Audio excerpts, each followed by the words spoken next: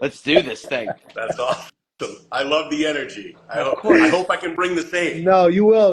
Craig, thank you for joining Story Time. I mean, obviously, we've known Craig for some time. I've known him since my early days and Yeah. at Torii, through Mike, of course. Mike, welcome back to the US of A Thanks. after your long vacation, which was beautiful. Mike was in Kenya and he's sporting the similar Ha- type of vibe with his shirt. Have to. You gotta rock it, dude. People Yeah, That's awesome. yeah, people need to. absolutely. You're if you go on a long vacation, it needs to be your identity for like 2 months after that. So Love it. yeah, I love it. I yeah, love it. I exactly. agree. I try to bring Florida everywhere I go. Yeah. The Buddha Kevin himself. McGee, Kevin McGee. We got Subaru Luxury. Okay, we got we got that going on. I love it. Um, Subaru gang.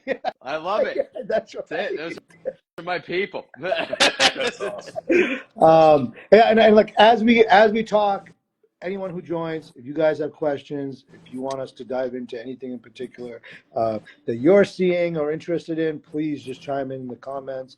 Uh, Subaru Luxury just said Craig's always got that energy. It's true.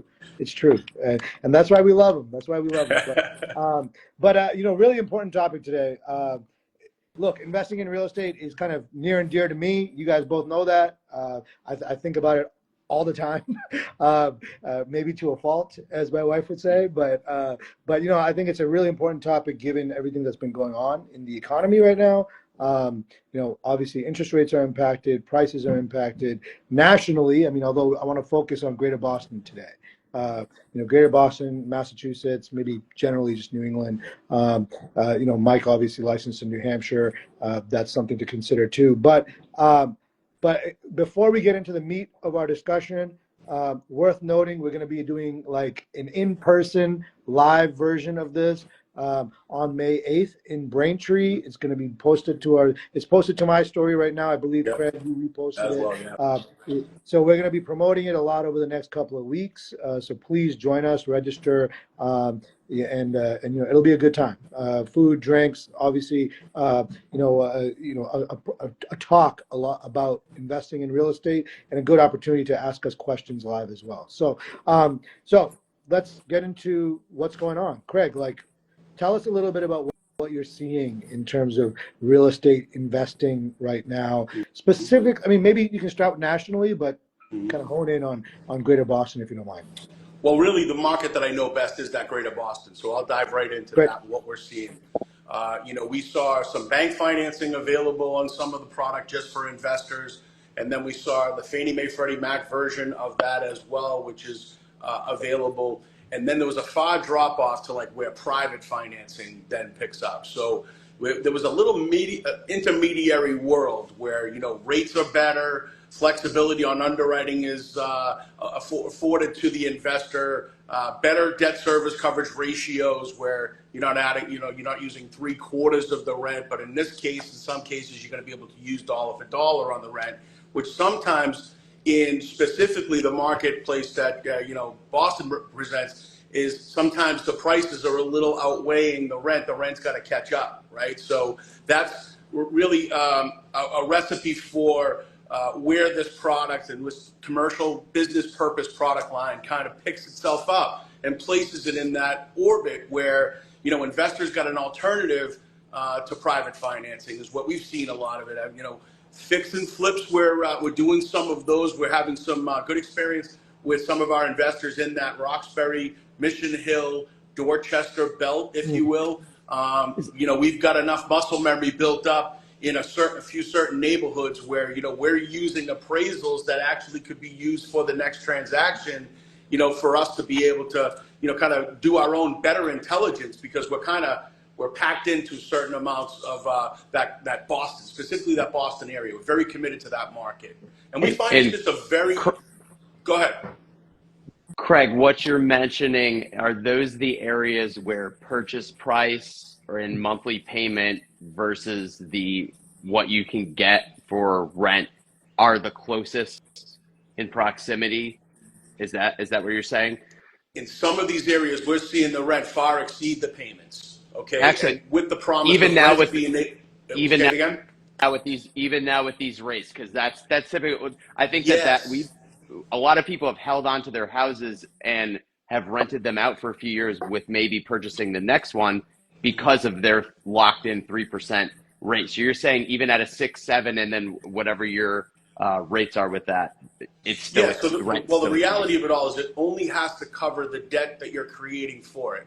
And Hmm. so most investors are usually comfortable with 20 to 30% down as their barometer anyways. So in that Hmm. particular space where we find that the lending is more fluid is that unlike owner occupied financing, investors know what they need to know and they stay away from the problems that they've learned from before.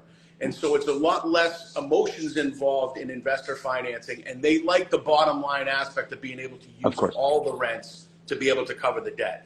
We've seen some situations where, you got a four family that's bringing in close to $13,000, $14,000 a month, and payments are ended up at 9,000, even on high loan amounts. So those are big wins.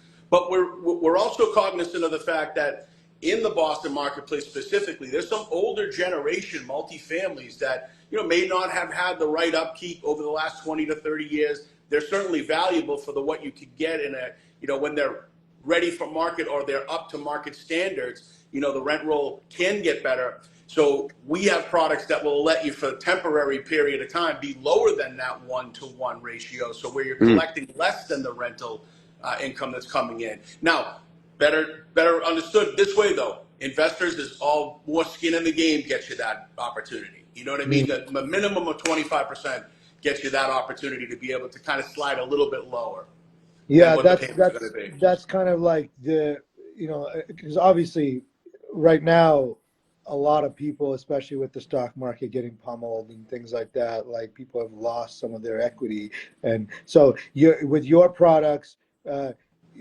like you said, skin in the game. If you're an investor, like that is bare minimum, and I mean I think you can do 20% as well, but the rate's higher, right? Over 720, 1 to 4 family, you can do 80%. So, the other piece of that is that sometimes when you get up into that 80% market, sometimes you have to catch that rental income. So sometimes a product availability goes there, but the debt service won't let you get there. Does that make sense? Mm. In other words, it's a Yeah. little bit of a lever that you have to move. Maybe we can end up at 78 LTV or something where the Hmm. debt service is 1-to-1. Because as I mentioned to you, we really only float lower than that 1-to-1 ratio with like 25% down. Does that Got make it. sense? Got it. Yeah. Yeah. So, and Absolutely. that's And those are, listen, a four family works perfect for that model because yeah, you got enough rental income coming in. Got it. yeah, and your the benefit of Dovetail Mortgage is that you have kind of a freedom at this point to maybe not have everything set like a it's not boxed in and you're following a particular set of rules that you had to adhere to 100%, correct? That's correct.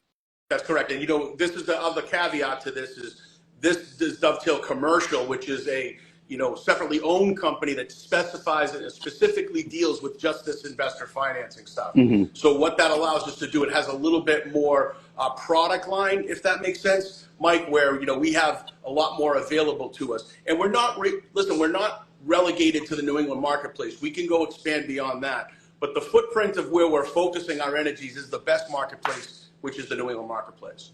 Yeah, but I mean, I think it also this is where it makes the most sense, and it's going to really kind of like help investors the most. Because to your point, and I see it myself with the prices where they are right now. Like, the rents. I mean, the rents are good here, Yeah, but the yeah, prices are just insane, yeah, right? So the prices are just insane, and then you couple that with the high interest rates, then even if you're putting 25% down, yeah. right, it's hard to make the Uh, numbers work. you know what? So. Again, we have these are very credit score driven, and certainly we like that higher 700 FICO score, lower 800 FICO score borrow for this. We're not relegated there, but that's what determines the better rates. Is that score has a real big impact Mm. on rates in that space. Down payment does as well, and then simply stated debt service coverage ratios and full disclosures. There's prepayment penalties attached to this that go anywhere from 1 year or 0 to 5 years. So, and you can kind of pick which one of those that you do want and build it in. Like if you want to buy out the prepay, you're welcome to do that, but the closing day gets more expensive for that flexibility, right? Sure. So Yeah. when you go a little bit, let's say you have like a rehab project that you're trying and you want to get out in a year or 2 years, we can custom tailor that exit strategy for you as well. And what we How find is that with the people that have a lot of equity right now, as owner occupieds, they're tapping that equity and going and buying stuff. That's what aha. we're seeing a lot of. And that's creating its own marketplace because we have fluid home equity line lending on Dovetail Mortgage. And sometimes, by the way, that is good enough. A non-subject property that you leverage is sufficient for down payment on these types of loans. There's multifamilies. We go single family, we go condo, then we'll go 2, 3, and 4. Okay. When we get into the 5 to 8 space, which is an emerging market, not a lot of people cover it.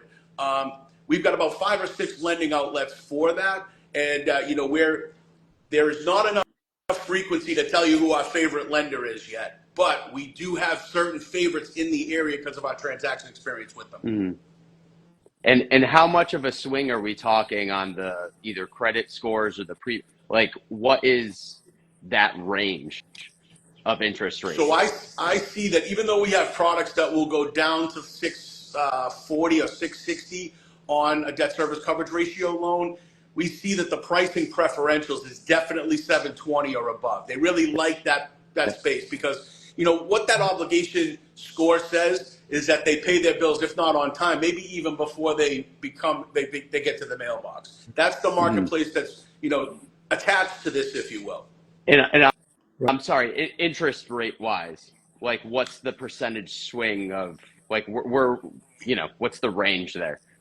Great question, and I'm always like a little guarded on topping interest rate because of that whole TRID side of the other company that Hmm. we have. But in this space, because it's non-QM, I can say that they do rival the Fannie Mae and Freddie Mac rates. So in other words, Okay. it's not something that's like what I will say is what it's not. It's not. This is a great play, but it's 10%. This is a great play, but it's 9%.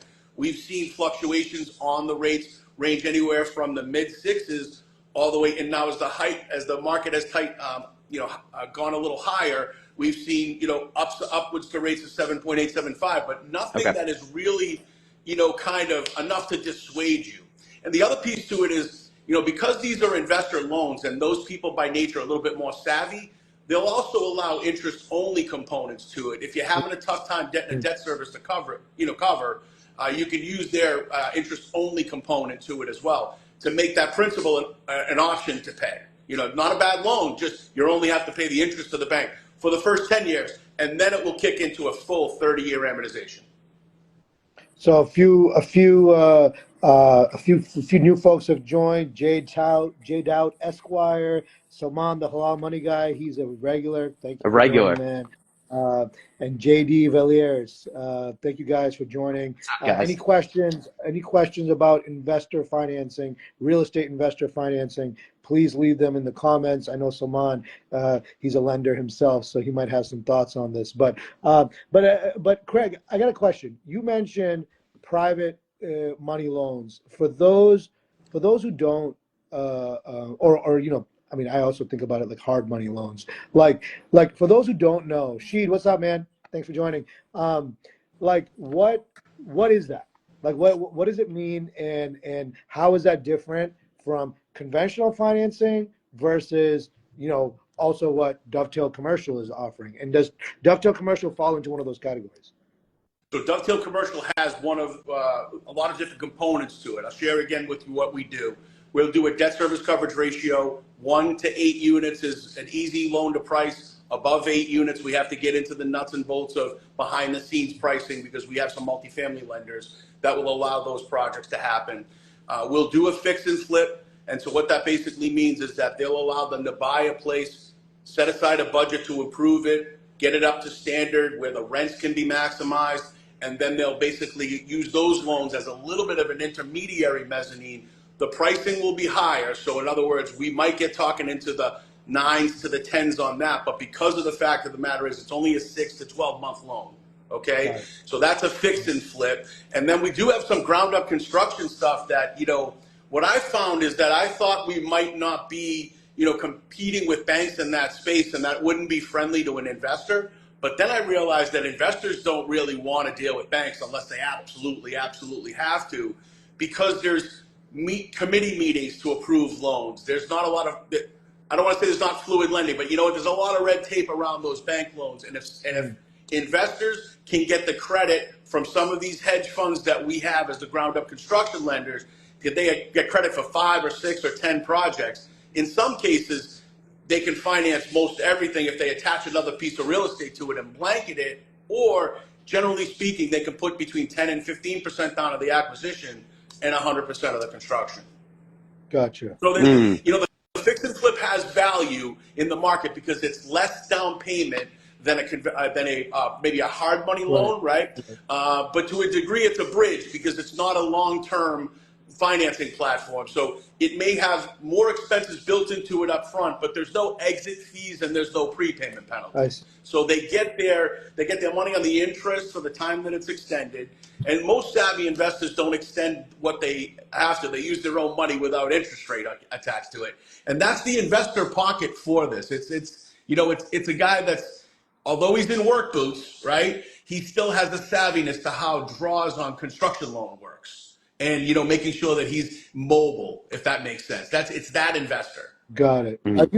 Are you finding that? So just going into the multifamily space, because that's where kind of like my personal interest is, right? Like, are you finding that people are having trouble getting like 2 families to work in this market? Are you seeing more success with like the 3, 4, maybe even more units? So let's speak specifically to that 3 and 4. The 3 and 4s are having an easier time debt servicing and also, quite honestly, getting under agreement because the price points are significantly higher than they've been in the past. The 2 unit is a unique commodity because it's still kind of being sought after by an owner occupant who wants to kind of play investor at the same time. So that market is a little harder to knock down a place. But let's get back to the generational property that's available for sale throughout the Boston market. Is, like I said, there's a lot of property out there that my sources tell me that there are people that have paid the loan off a long time ago. They may not know that they have a tax taking because they haven't paid a payment on it in 5 or 6 years, right? But at the end of the day, they're lien free. So it's one of those things where it's always going to be cleaned up in a sale. And we're seeing that those properties are coming to market and getting under agreement as fix and flips because right now, currently constituted 10-year-old, 15-year-old stuff is not fetching the best market rent. So those we're seeing come in the fix and flip space with that lower down payment strategy, as long as your buck is working for you on the construction side. Interesting. Yeah, I mean, your point about the people who are trying to house hack and like new investors who are trying to get in, and obviously the price point for 3 families, 4 families are insane around here. I mean, not that 2 families aren't, by the way. No, I was going to say, what? Remarkably, I've been hearing some of the stats about that Purple Line extension down there. Going through Brockton, down through Taunton, and so on down there. And I will tell you, I'm seeing some city prices in some of those districts that you've always been able to, depend upon a lower price point. Those districts are actually catching up to other districts that are just continuing to flourish. I mean, this was just a few months ago. I put an offer in on a place in Everett.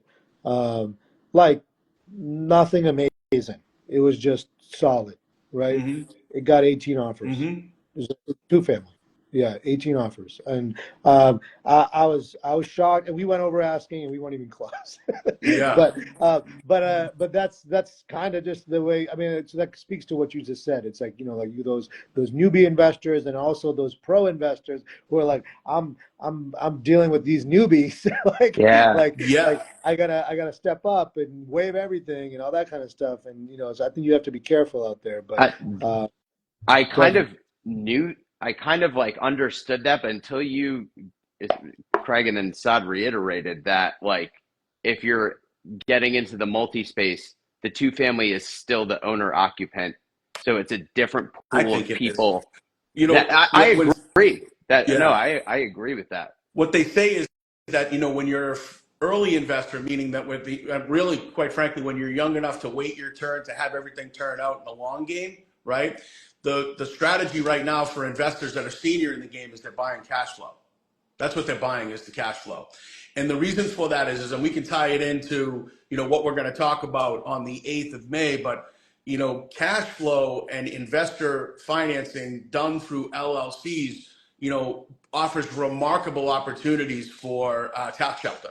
Remarkable. And I think that the business sees it that way, so that they're, my AEs are not really emotional. They're just like, hey, appraisal came in 10 grand higher, appraisal came in 5, they're not necessarily worried about how the investor is going to feel at that AE level, because there's shifting tides. There's people who believe that properties are worth X. Then you have competent realtors that try to get that number to a T, right? But then there's 3 or 4 comps that don't jive with that. And then you have situations where, you're not talking about $20,000 disparities anymore. In some cases, you're talking about 200,000.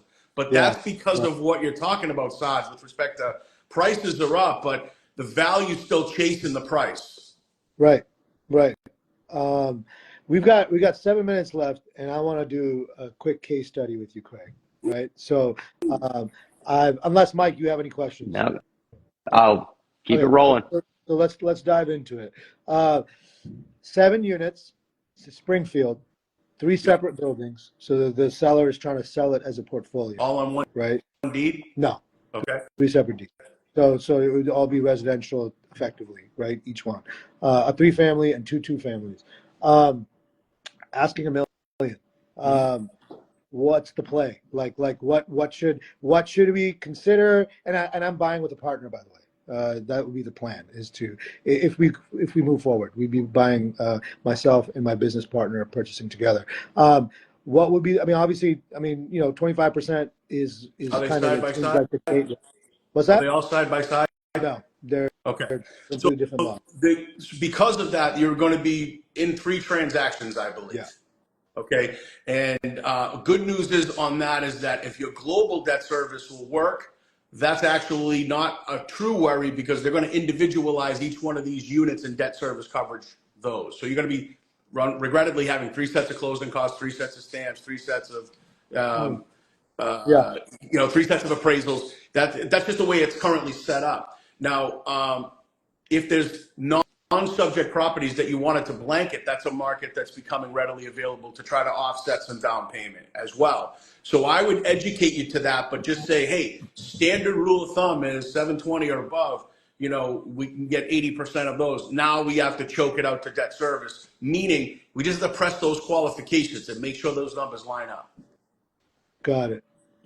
Other than that, the rent line is going to determine the down payment. That's the wonderful thing about these, is that unfortunately, if the news changes where you got to come up with more money because it's not debt servicing, it's easy to understand. It's tough to absorb, but it's easy to understand. Got it. Can you explain to everybody? Question on that, and that can differentiate in Saad's example, building to building, right? It's not being looked at as a singular deal at all. No, because it's not on one deed. If it was on one deed, I'd have the flexibility. But here's where that would be, just to, I don't want to take 30 seconds on this one. If it was the way that it was, that would be a hard thing to appraise, because you'd have to find a comp that fits the same criteria. Mm-hmm. And therefore, you're probably single the best usage is what it is right now. The other thing is, Mike, if it was, and I don't know if this changes based on how Dovetail would look at it, my guess is no, but if it was 7 units, 1 deed, it would also technically be a commercial property. And that would, again, we do a 5 to 8. All of these loans that we're talking about are quasi-commercial. We call them business purpose, right? Mm-hmm. So it's not a skyscraper loan, but it's, something that's attached to a bed and a rental income in the bigger scheme of things. All right. That's the methodology. That's our product line. If you want to build out storage units, we're not your company. But if you want to build out a 9 unit, you're going to have, places for people to have lodging. That's our loan. Got it. All right. Got it. And on that line of thinking, if you were looking at that 7 unit 1 deed, you'd have a tough time comparing that to another thing just like Anything. it for Yeah. appraisal. Anything. Right. So, Yeah. you know what? I think the reason why they're separately deeded is because even though it might be 3 times this and 3 times that, their single and best usage is how they're set up right now. Yeah, and then well, they're completely different lots. I mean, basically, what the seller's doing, complete aside, is that he has these three properties. He's trying to he can sell them Yeah. individually, but he's trying to just offload. There you go. Because Yeah. he's a Um, professional landlord, so he's trying to offload several properties at once. But I mean, um, our analysis is a 13-question checklist, so I'll get that checklist off to you. Then we can go from there. But you talked about maybe being able to do a live example of it. I'm interested to see if number one, where things line up in terms of how those get under agreement. Because I also do know that Springfield market, although a very emerging market, it's got some upside pressure to the price as well, right? yeah, definitely, Yeah, so what we it's used not to, quick. it's not the world that we used to be in. And a perfect example of this, Saad, is the day that we met was right. I think it was post COVID, and we were out for the first time, and we were kind of re-engaging Yeah, socially, right?